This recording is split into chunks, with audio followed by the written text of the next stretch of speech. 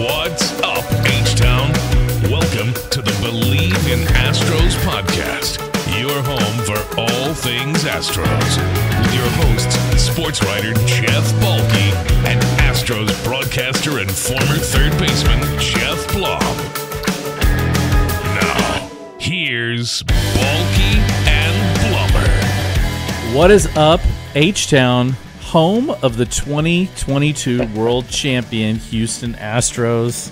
Welcome to the Believe in Astros World Champion podcast on the Believe Podcasting Network. I'm Jeff Balke, and my partner, the rather tired, as am I, Jeff Blum. We did make it to do this podcast. It's after 7 at night. I'm sure you did, Blummer. I needed a nap. I needed a nap today. I needed several sandwiches. I needed a lot. I'm not going to say what I did last night other than to say I needed some bread today. The more starch, the better. You can find us on Spotify, Apple, Stitcher, and, of course, YouTube. Give us a follow on Twitter at Believe in Astros. You can find me at Jeff Balke, and you can find Blummer at Blummer27. So, Blummer, before I hit up our sponsor here, how are you feeling this evening? Well, considering that I have got my World Series champions hat on my head, I'm feeling pretty good. Last night was I was invested. You know, I know that this is the fourth time that they've been in a World Series, but for whatever reason, circumstances that were going on, the quality of the team, I was thoroughly invested, and that's why my voice sounds the way it does. That's why I'm going to be clearing my throat through this podcast. But I was invested, and they came through, and I was legitimately happy, and I partook in a lot of enjoyments last night. You had a celebratory evening, as we all did, as I hope all of Houston did, especially given the fact that HISD is calling off school tomorrow. So let me get our sponsor here, BetOnline. Basketball is back, and BetOnline remains your number one source for all your sports betting needs. If you were smart, you did like Mattress Mac and bet $10 million on the Astros with a return of 75 big ones. I mean, look, Mattress Mac, he didn't need any extra money. I'll texted a buddy. I should have texted you. We should pool our money and do the same thing he does, whatever it is next year. Absolutely, 100%. The guy wins. He just keeps winning. You'll always find the latest odds, team matchup info, player news, and game trends on BetOnline. And as your continued source for all sports wagering information, BetOnline features live betting, free contests, and giveaways all season long. Always the fastest and easiest way to bet all your favorite sports and events, whether that's NFL, NBA, NHL, MMA, tennis, boxing, even golf. I guarantee you there's already a line out there for next year's World Series champion, and I can almost guarantee you the Astros are going to be at the top of that list. Head to betonline.ag to join and receive your 50% welcome bonus with your first deposit. Make sure to use promo code BELIEVE, BLEAV, to receive your rewards. BetOnline, where the game starts. So let's just start with, you were at the game, obviously. Tell me about your experience, because mine was simple. I was at home. I had to write a story after the game. As I mentioned to you earlier, I had my windows open. It was a nice, cool night. You could hear, every time there was a strikeout, you could hear people around my neighborhood cheering and yelling. You can imagine what it was like when Yordan hit that bomb. And then there were a lot of woos and screaming and perhaps sobbing. And I'm just talking about my house when the game was over. Never mind the rest of my neighborhood. But let's hear a little bit of the what happened for you last night. What was it like being at the game? Well, I tell you what, I've been very lucky. I got to do some work with KPRC Channel 2 and Randy McAvoy and all those guys. They've been wonderful to me. But we had a chance to do a little pregame shot, a show maybe for about 20, 30 minutes before the game as fans were coming in. And we had done this already through the ALCS game 1 and 2, but there was a different vibe coming into that ballpark. There was this anticipation, this excitement, this anxiety. But it was an energy that I felt was anticipating the positivity, the great outcome that we got. So it was already fun showing up and getting in there. But getting in your seat, we hear about Zach Wheeler's fatigue, his arm. How long is he going to last? Is it going to be a bullpen game? What's Rob Thompson going to do? Right. And we knew Fromber was going to be on the mound. And for whatever reason, I just had this zen-like calm about Fromber that he was going to go out there and do what Fromber can do. And he did exactly that. He shoved, and I don't know if we talked about it. We said it's going to be a quality start. That's all that guy's done throughout the course of the season. But you get to that moment in the sixth inning, and again, Yordan Alvarez hadn't done much in the World Series, but again, he found himself with an opportunity to have an impact, and the expectation was on him. And he took a 99-mile-an-hour fastball and proceeded to launch it about 500 feet over the batter's eye in Minute Maid Park. And stay tuned to all my social media, because once I get my wits about me, my wife got a great video of me screaming at Yordan before the pitch came, and then me losing my absolute mind. And I felt like I was 12. Yeah, I felt like I was 12 years old again. And so the memories are intact and ready, and it was a relief and such a joyous sensation all at once. I tell you, we're going to talk about that Yordan bomb here in a second. For me, it was funny. I don't want to say it's almost like an act like you've been there, because I think many of us felt like, look, you and I called it. We both picked him in 6 games. Not to pat ourselves on the back too much, but I felt like we can. Oh yeah, yeah, that's right. All right, we'll go ahead. Yeah, you've earned it. Yeah, exactly. And I will say this, I felt like this was the game for them. It just seemed like the momentum had so dramatically swung their direction after winning 2 in a row in Philly, the way that they did, especially with the no-hitter. Fromber was on the mound, who I really, in truth, think he's there when the season was coming to an end into the postseason. He's been their best pitcher.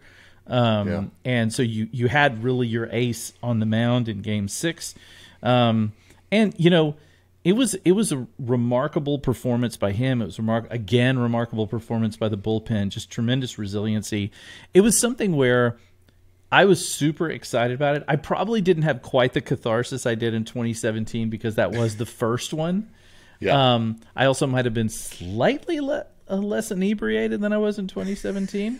But I will say that it was such a relief, like, to me, watching it more than anything else. There was just this sort of great cathartic feeling that this team, because it was honestly, it's kind of what everyone expected. They were so good, so consistently good, and then they swept both of their division series before their division and conference series before they got to the World Series. It just felt like an inevitability, even though obviously we couldn't totally believe that, but it just did. And it was just a great moment. But look, we can't just sit here with the elephant in the room. We've got to talk about this Yordan home run, because damn. I've talked to a few people. Damn. I know, who've watched a bunch of games, and all of them had said they had never seen a ball hit over the batter's eye. Now, I'm sure it's probably happened in batting practice, maybe once or twice, but in a game, nobody's ever done that. And I literally stood up upstairs, my wife and I were upstairs, and I yelled, "He hit it over the goddamn batter's eye." I mean, who does that? It was something out of a Marvel comic book. Totally. That's the only way I can explain it, because we've all watched the past videos of World Series highlights and these dramatic home runs, and they creep over the fence, or they're 3 or 4 or 5 rows back, and you're like, and there's all this anticipation of watching the ball flying through the sky. Is it going to get over the fence? Is the defender going to get up there and make a play on it? Dear God, this guy absolutely obliterated it. And going back to Game 1 to start off the division series against the Mariners, there was no doubt about that one. Right. And there was no anticipation. It was as soon as he made contact, we won the game. And then all of a sudden in that 6th inning, he makes contact, and he hits it, and you're almost, you knew it was gone, so your fist pump it, but then you, like you said, you kind of get to the point where you're like, holy shnikes, that thing went over the batter's eye. So it added this Paul Bunyan-esque layer to what he accomplished.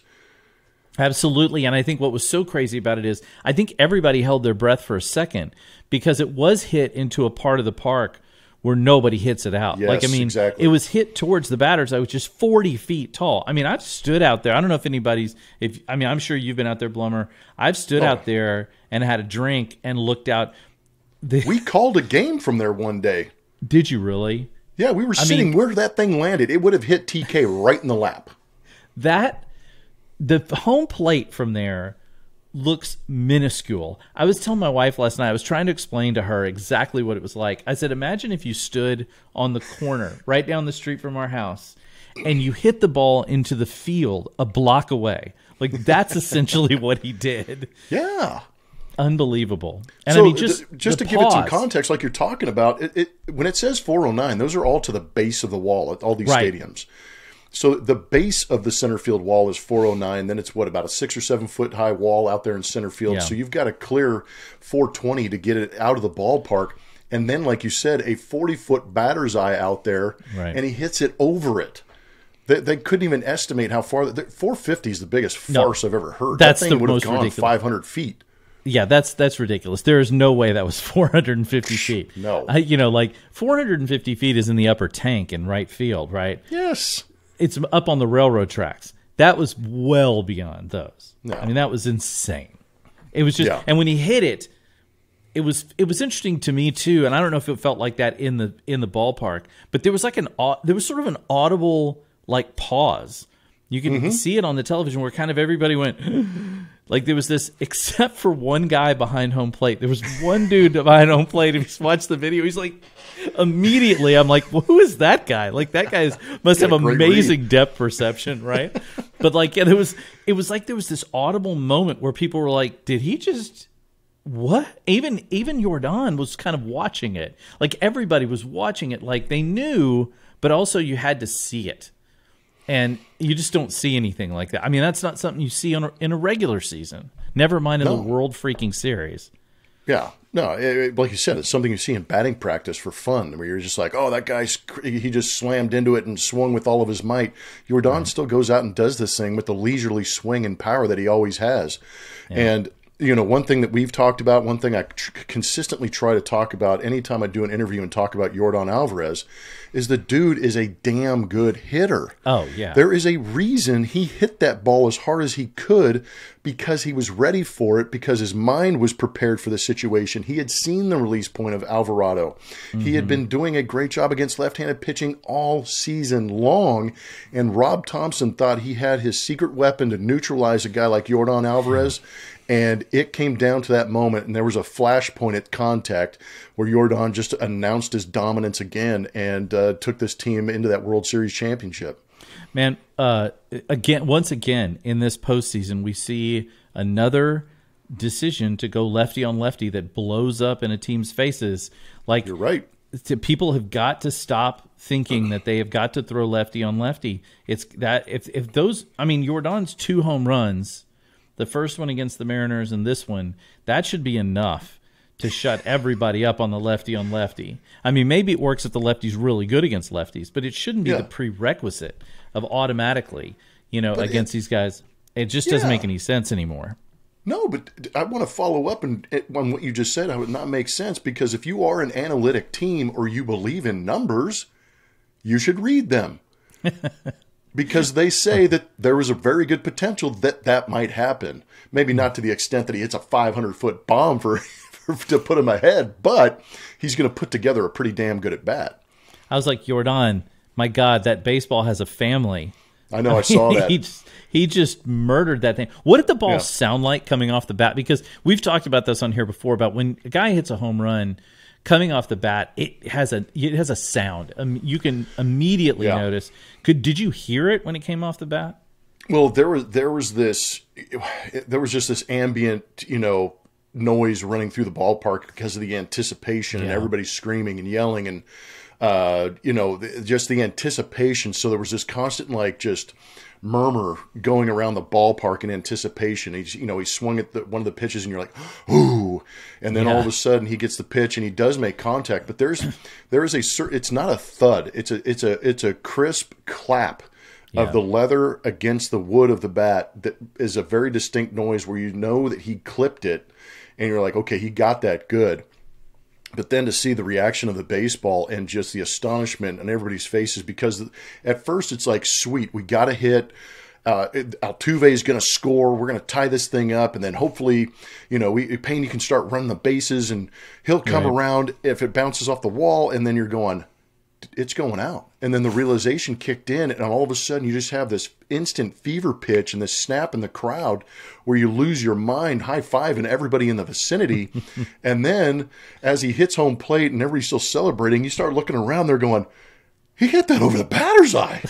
And then the realization that he hit it as far as he did kind of set in. But that was unbelievable. It was remarkable. Two of the most incredible home runs I've ever seen this postseason, and both by Yordan Alvarez. What's the farthest you ever hit one?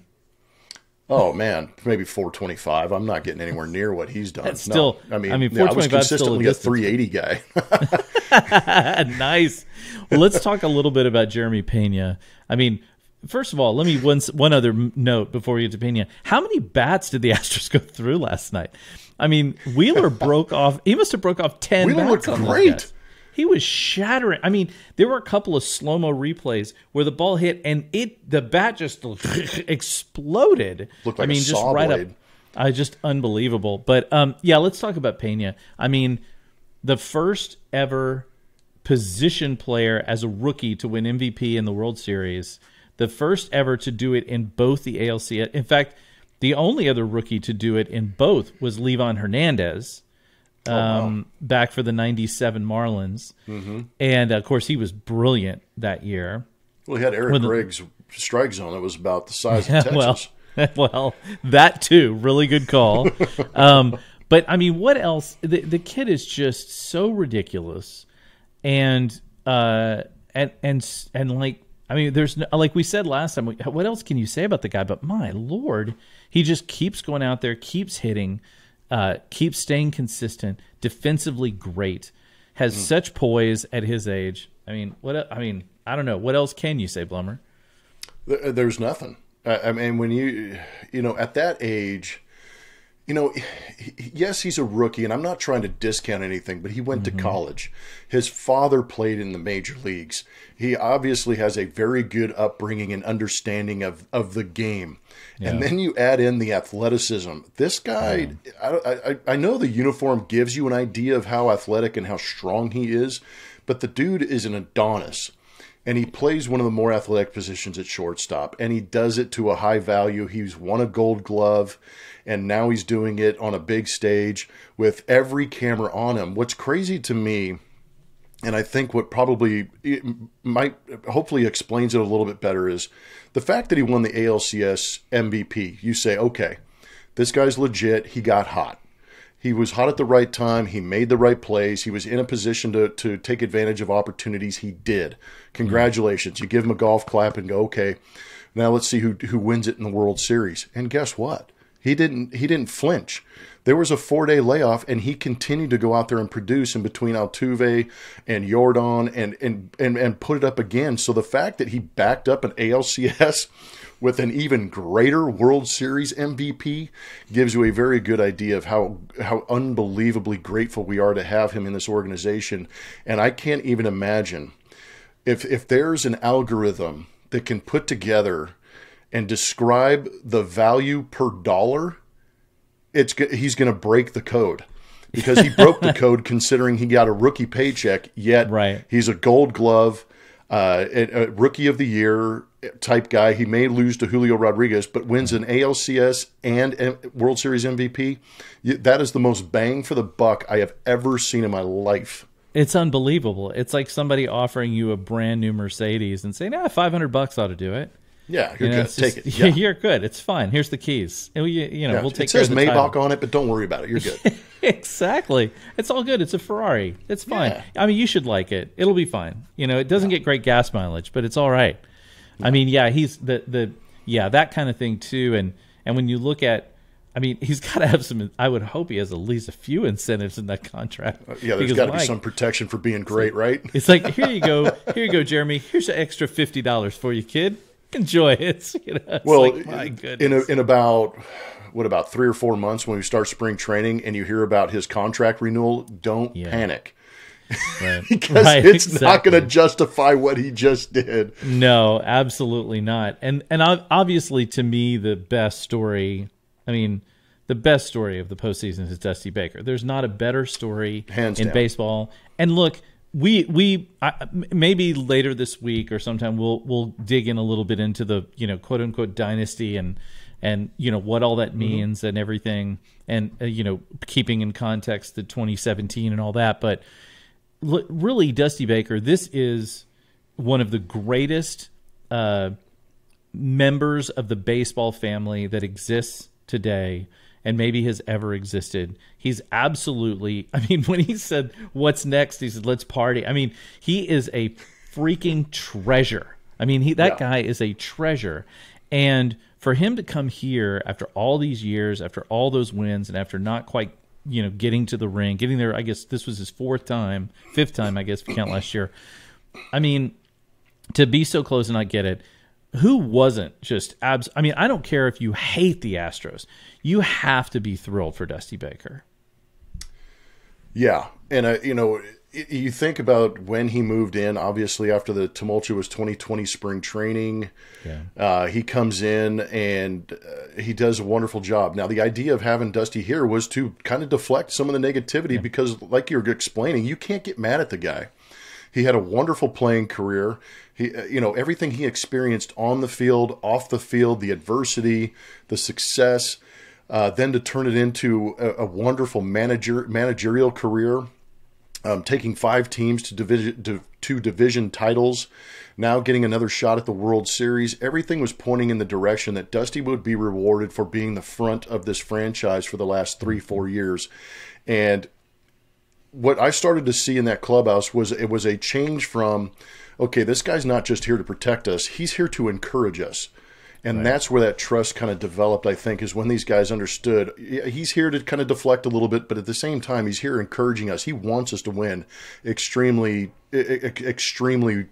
badly, whatever. I can't think of the word right now, but I just know that there was this overwhelming feeling that he wants us to go out there and win. Yeah. And then you kind of got the sense that team, kind of galvanized around him, took advantage of the opportunities, understood they were good, and said, we have an opportunity to bring this World Series championship to Dusty.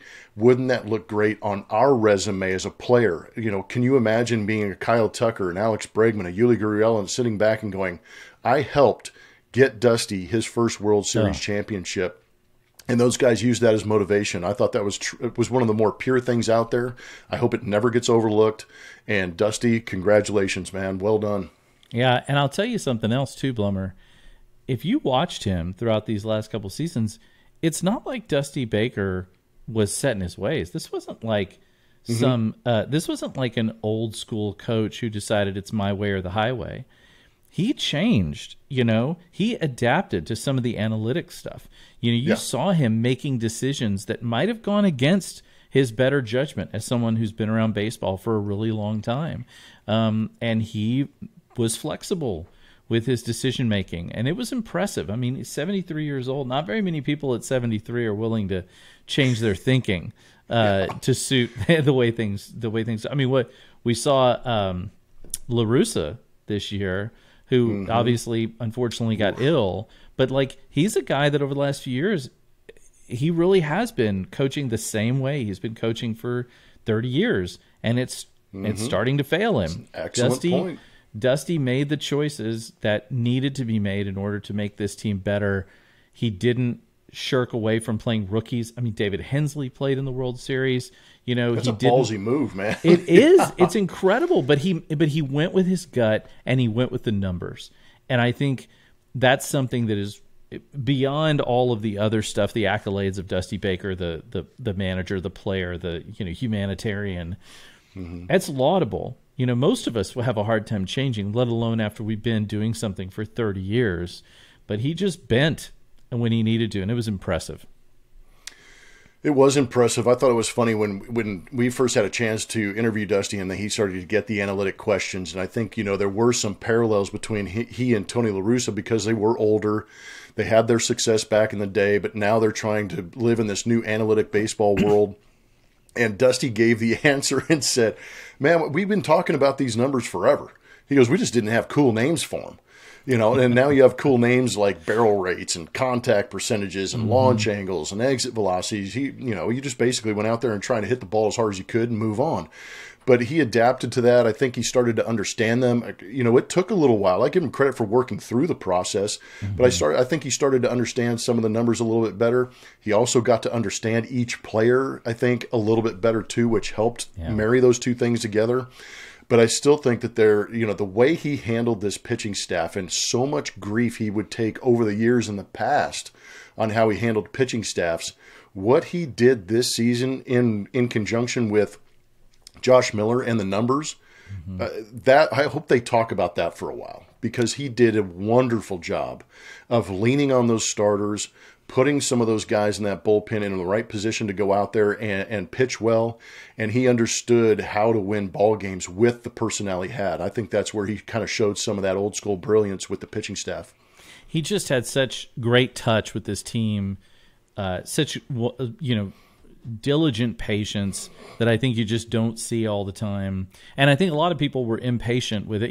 We live in Allison Footer once, I was interviewing her for a story, and she said, the 24-hour news cycle is now 24 seconds, And I always thought that was a great line, and it's and I feel like, in this sort of what have you done for me, not just lately, but what have you done for me in the last 5 minutes, Dusty Baker is a guy who preached patience, stuck to his guns, and again, like we said, went with what was the right call based on all of the information that he was provided. And just really incredible. And hats off to Dusty Baker. Super high levels of respect for that guy. Sounds like he wants to come back. I hope he does. There's no reason at this point, given that, it's going to be pretty much the same roster, pretty damn close to it.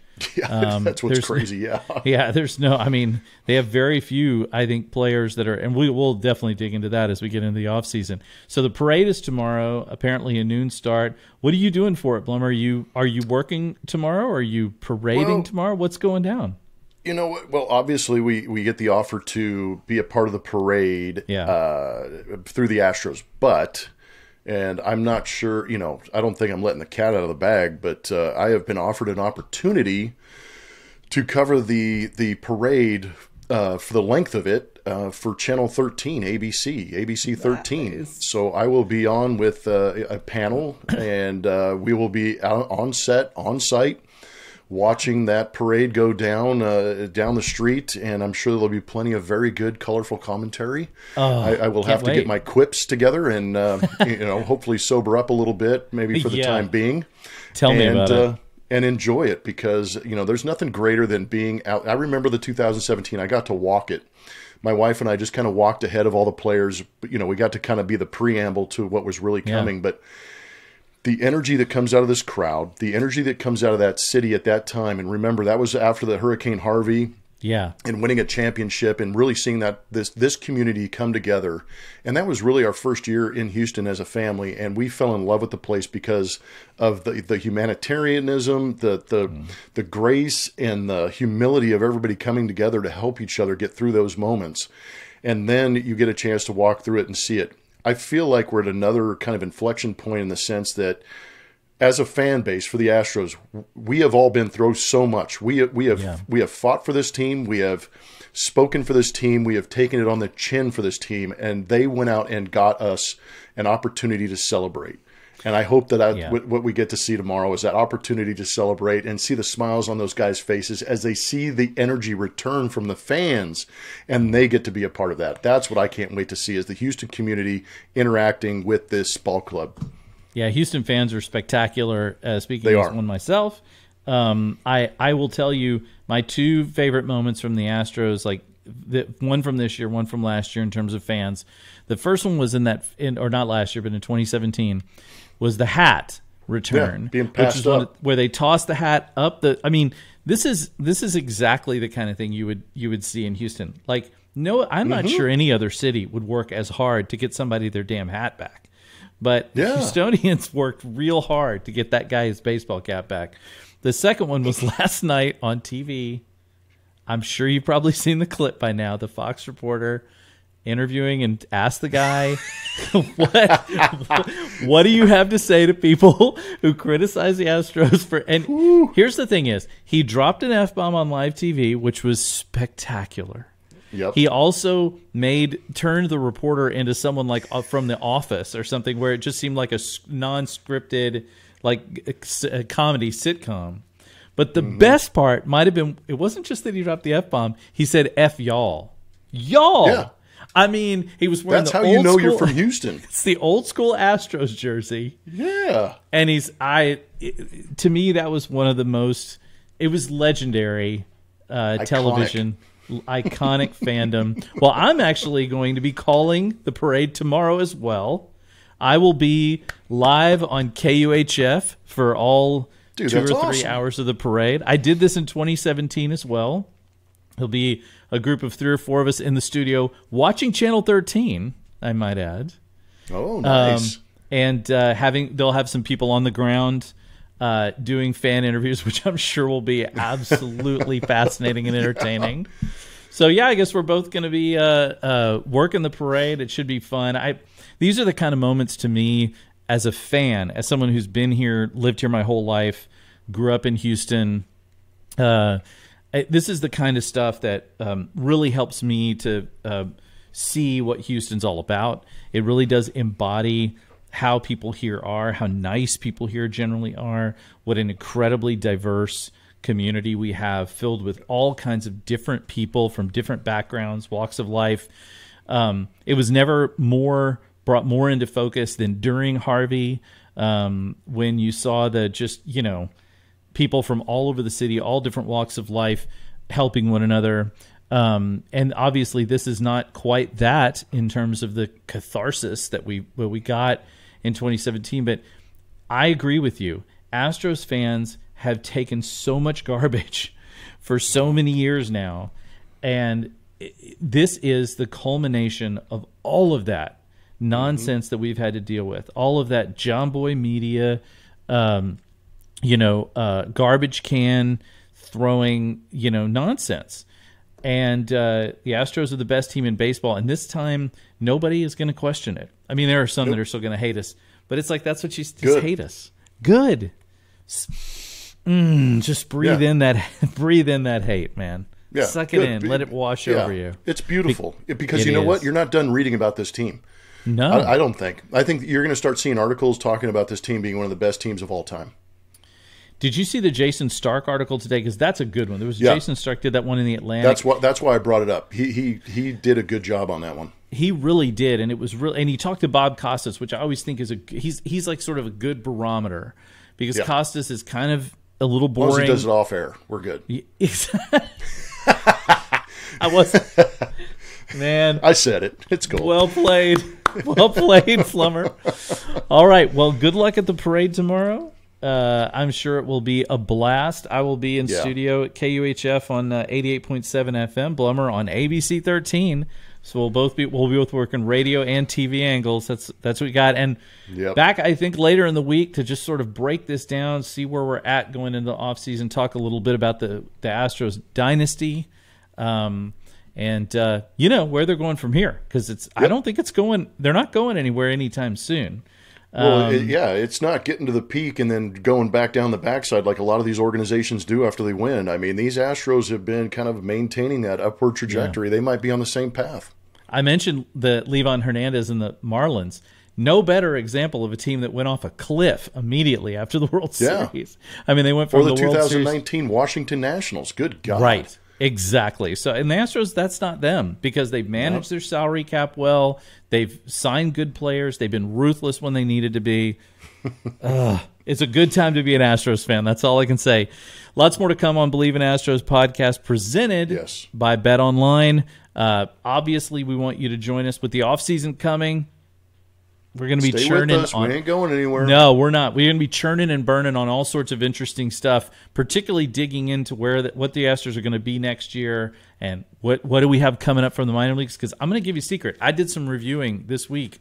There's some good stuff in the minor leagues for the Astros. I don't care what people say about them being one of the worst farm teams, and their farm system may not be great top to bottom, but they have some top-tier talent that could make a dent in this roster over the next 2 years. Yeah, you got to stay tuned on those guys. Yeah, by far, the worst farm system who brought Hunter Brown and Jeremy Peña to the big leagues this year, by the way. Wait till Yanair Diaz and Pedro Leon and a few others are up here. I mean, it's not going to take long. It's not going to take long. And all right, guys, thanks. The best of Corey Lee. Sorry, Corey, that's a whole other podcast. No, Stay tuned. You're 100% right. We didn't even talk about Corey Lee, who was on the roster last night and got himself a ring. All right. Yep. Thanks, Blummer. Thanks, everybody, for listening. We will catch you guys later this week. Have fun at the parade tomorrow. If you drink, take an Uber. That's all I can tell you. Astros are World Series champs. Thanks so much. Go Astros.